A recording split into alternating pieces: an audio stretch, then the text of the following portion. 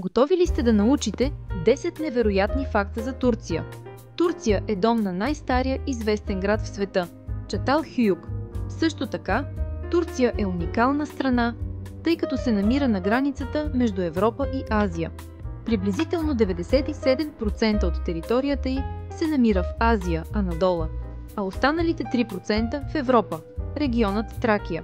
Разделена е от Босфора, Мраморно море и Дарданелите. Истанбул, най-големият град в Турция, се простира както в Европа, така и в Азия.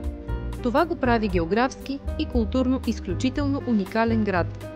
Освен това, Истанбул е бил столица на 3 велики империи – Римската, Византийската и Османската. Турция е наследник на Османската империя.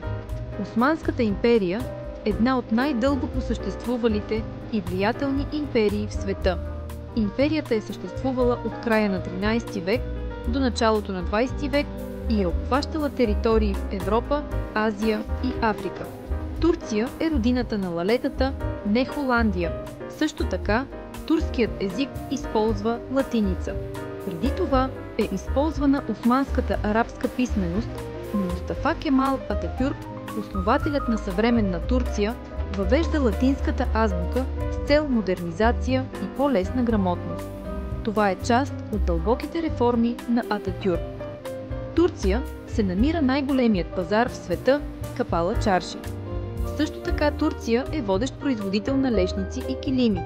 Около 70% от световното производство на лешници идва от Турция. Освен това, страната има дългогодишна традиция в ръчно тъканите килими, които се ценят по цял свят заради качеството и шарките си.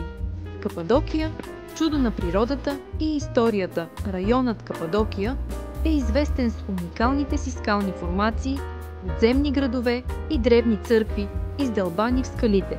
Там може да се видят вулканични комини на феите и да се лети с балон при изгрев. Една от най-популярните туристически атракции в света. Памуккале е природен феномен, който привлича милиони туристи. Айя София в Истанбул е една от най-емблематичните сгради в света. Построена през 537 година като християнска катедрала, тя става джамия. Турция има над 1300 км брегова линия на Средиземно море. Анадолът е люлката на много древни цивилизации.